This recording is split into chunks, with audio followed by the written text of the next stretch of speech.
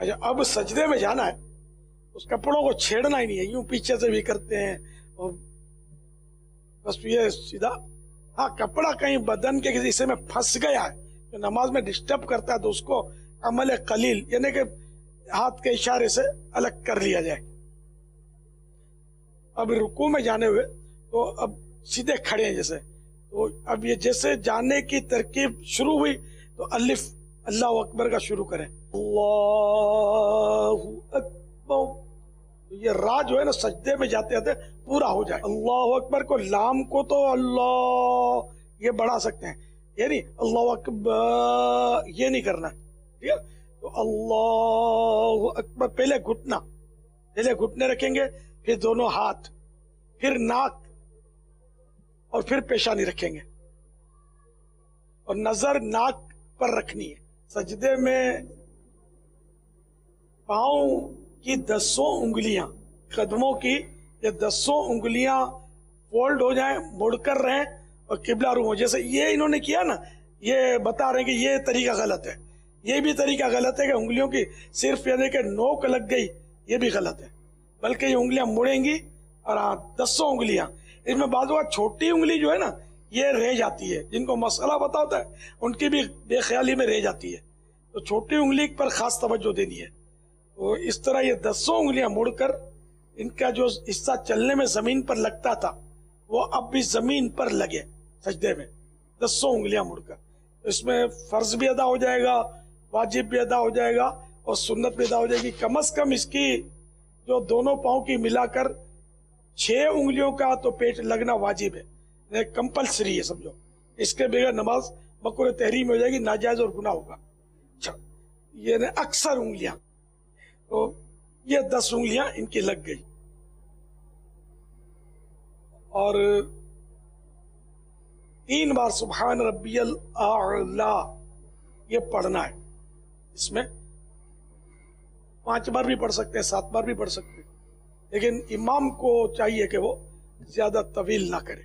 اب اللہ اکبر کہہ کر اب تھوڑا اللہ اکبر جلدی کہنا ہوگا تاکہ یہ اس دوران بیٹھیں گے نا، اس دوران پورا ہو جائے، پورے بیٹھے نہیں، یہ بیٹھنے کا طریقہ غلط ہے، یہ تھوڑے آپ انگلیاں گھٹنے سے ہٹا دیں، گھٹنے کے قریب رکھیں اور بالکل سیدھا بیٹھنا یہ واجب ہے، اطمینان سے سیدھا بیٹھے یہاں تک کہ ایک سبحان اللہ کہنے کی مقدار بیٹھ لے۔ تو مستحب ہے کہ اس دوران رب اغفر لی کہہ لیں، تو 2 سجدوں کے درمیان جو بیٹھے ہیں نا اس کو کہیں گے جلسہ، جو جلسہ ہوتا ہے نا علماء کا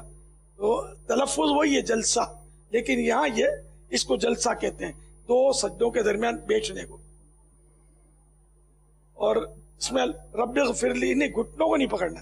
گھٹنوں کے پاس اوپر ران پہ ہاتھ رکھنے، گھٹنوں کے پاس،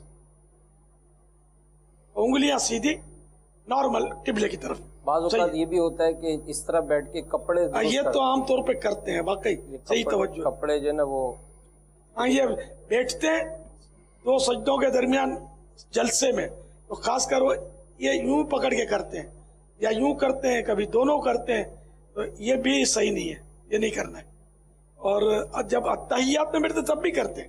یوں کرتے ہیں، یہ عادت ہوتی ہے، یوں کرتے ہیں بس اٹھا کے 5 انگلیاں سیدھے پاؤں کی تو قبلہ رو ہوں گی مڑ کے، ہاں یہ، اور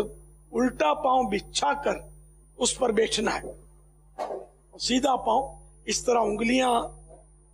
مڑ کر قبلہ رو ہو جائے۔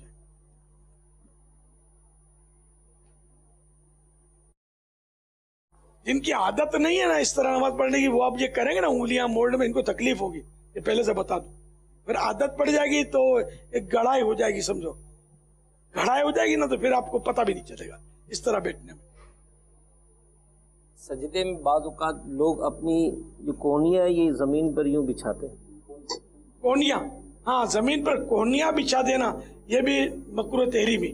ناجائز و گناہ ہے، میرا نارمل زمین سے اٹھی بھی ہوں، اور کوئی تکلف تو نماز میں کہیں بھی نہیں کرنا ہے۔ بعض لوگ یوں بھی کرتے ہیں، ہاں یوں کرتے ہیں، بیچارہ دوسری صف بازو میں ہو نا، صف میں ہو برابر والے کو جیسے کونی لگے، تکلیف تو نارمل، بلکہ ہاں یہ کروٹوں سے جدا ہو، اکیلا پڑے تو یہ جو ہے نا یہ ملا ہوا نہ ہو، لیکن جب سجدے میں ہوں گے نا صف میں تو یہ کروٹیں ملا لیں گے تاکہ دوسرے کو تکلیف نہ ہو. امیر علیہ صاحب کہ بعض اوقات یہ ناک جو ہے یہ زمین سے اونچی ہوتی ہے. ناک اونچی رکھتے ہیں, خالی پیشانی رکھتے ہیں اور وہ بھی ہلکی پھلکی. تو پیشانی کا جمنا یہ سجدے کی حقیقت ہے, یعنی اس طرح جمائیں کہ زمین کی سختی محسوس ہو. ناک کی ہڈی یعنی نوک کو دبائیں گے نا تو ہڈی لگ جائے گی. بعض لوگ یہ کوشش کر کے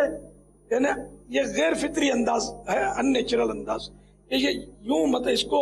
باقاعدہ اسپیشلی زور لگا کر یہ حصہ لگاتے ہیں, یہ سمجھتے ہیں کہ یہ ہڈی لگنی چاہیے. اور یہاں آپ نے دیکھا ہوگا سجدے کا نشان بھی پڑ جاتا ہے بعضوں کو. یہ اس کی ضرورت نہیں ہے, بس یہ نارمل ہی آپ یہ دبائیں گے نا پیشانی کے اتنی کہ زمین کی سختی محسوس ہو جائے. زمین کے ساتھ کشتی نہیں کرنی, زمین کی سختی محسوس ہو, کچھ بچھا ہوا نہیں ہوگا تو فوراً محسوس ہو جائے گی. اور ہڈی یہ ناک کی نوک تھوڑی دبائیں گے تو ہڈی لگ جائے گی. That's all. بعض اوقات یہ جب سجدے سے اٹھتے ہیں تو سجدے سے اٹھنے کے فوراً بعد جو ہے وہ